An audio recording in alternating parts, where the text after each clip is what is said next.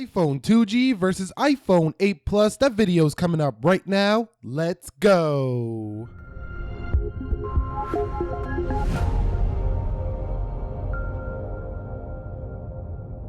So what is up, guys? Nick here, helping you to master your technology, and welcome to the iPhone 2G versus the iPhone 8 Plus. Let's go ahead and boot these guys up at the same time in 3, 2, and 1. And let's see which one gets there first. So we see an Apple logo surprisingly first there on the iPhone 2G, but that doesn't make it, boot up faster, as we're gonna see how much faster you boot up on an iPhone 8 Plus here in 2017, 10 years after the launch of the iPhone, the original. So this is called the iPhone 2G. Now I know Apple's not killing it on innovation. We'll leave that up to other companies for now, but I was testing these phones before I did this video, and I was just astounded by how much, they have improved with their screen resolutions, with their, the applications, the way the software works.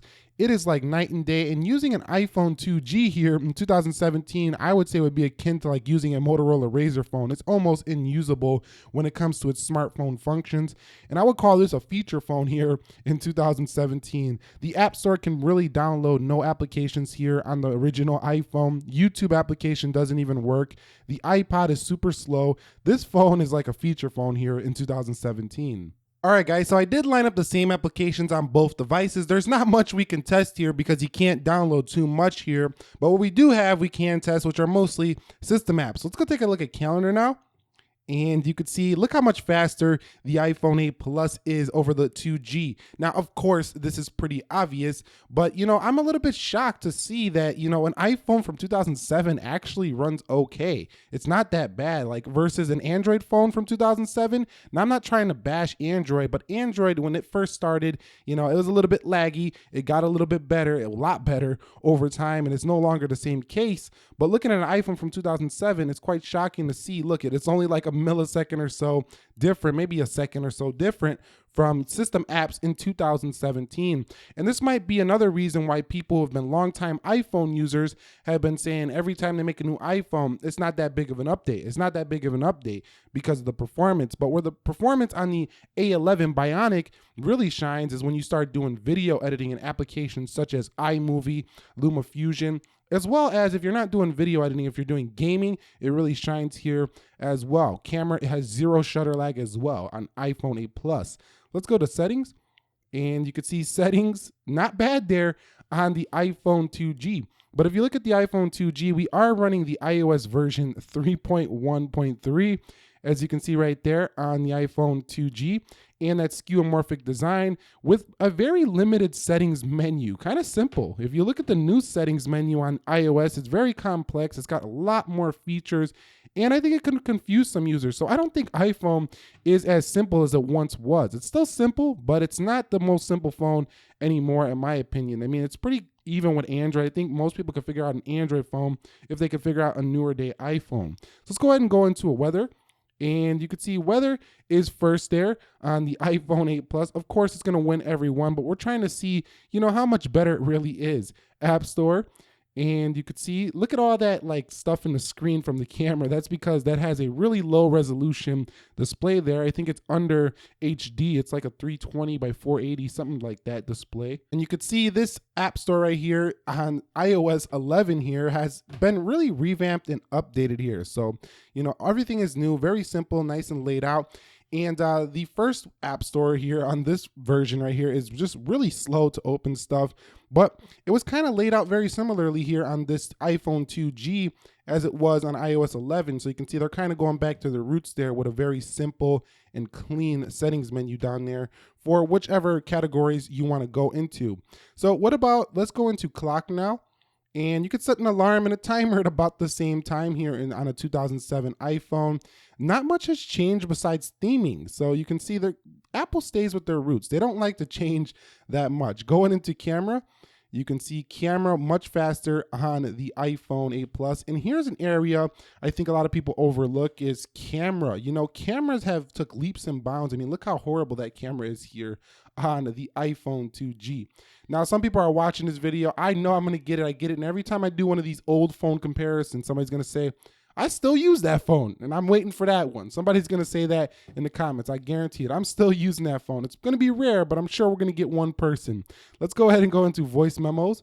And you can see voice memos. Look at that old design. I mean, it just looks like dinosaur right now, but some people are going to dig it more. I think some people are going to even comment down below like, oh, I used to love that design way more than the new one. But I guess that's because, you know, that was the classic iPhone. Let's go into Apple Maps. Back in the time when this Apple Maps released, nobody was even giving it a shot. Apple Maps these days is actually quite useful. I don't think it's still at the level of Google Maps as it was when it first launched. Okay guys, getting into iTunes. The iTunes store, I tested it before this video. It will not even open on the 2G. It will crash here on this smartphone, and you're gonna see it in just a second. It's gonna crash, guaranteed. So there it goes, right there. So it crashes every time on iOS 3.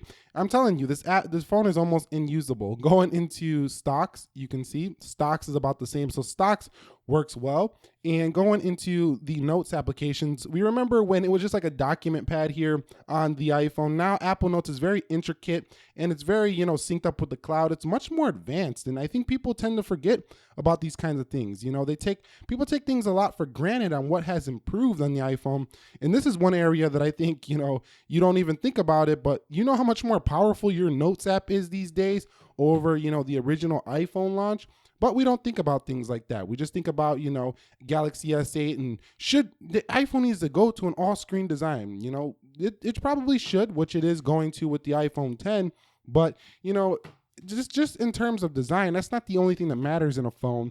Our phones are so powerful these days, and let's not forget how, you know, powerful they really are. Okay guys, so getting into Safari, I loaded up apple.com here on the iPhone 2G, and surprisingly you could still actually browse the web okay here on this 2007 inch smartphone. But you know, of course, 2017 browsing the web on an iPhone is like browsing the web on your Mac. It's that fast here, but it's, you know, you could still do some basic functionality here 10 years later on your smartphone. And the processor improvements in these phones have been astronomical. So if you buy an iPhone these days, it should work well into the future, much better than like a 2007 iPhone did. Now, let's talk about a couple of other things with the 2G that really has, you know, come a long way here over the years. So Apple, you know, went to a glass design. They did this with the iPhone 4, so that's not a big deal here. You know, they used to have a flat camera when they first started. They did that a lot in the beginning of the iPhone design, and now they have these humps on all of their phones. We need to get rid of those humps. They're just gross in my opinion, but that's just my opinion. You know, you might think that camera hump is clean. To me, it's definitely not clean. Over here on the right side, there's nothing. We now have power buttons on the right. They used to be on the top. You know, there was a big, you know, talk about this. Oh, power button going to the right. Android did it immediately, you know, on a lot of their phones. But once the iPhone switched its power button over to the right, you know, it was a big deal in the news. So over here we have, you know, the 3.5 millimeter headset jack, a big one as a matter of fact. No, that's gone. So definitely the future of iPhone has changed quite a bit here.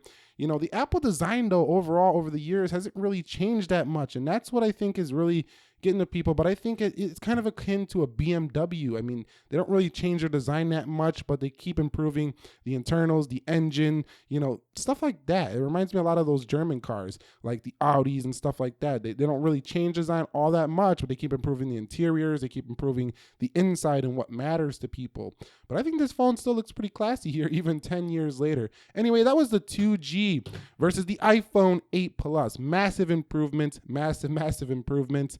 iPhone has come a long way. We're still looking for some more innovation when it comes to design like other companies are doing right now, but we're gonna have to see how much changes with the iPhone 10. If you guys want to see the iPhone 2G versus the iPhone 10 when we get on the channel, let me know down below in the comments section of this video. Nick here, helping you to master your technology. Hit the thumbs up if you enjoyed this. I will catch you all in the next one. Be sure to be well and peace.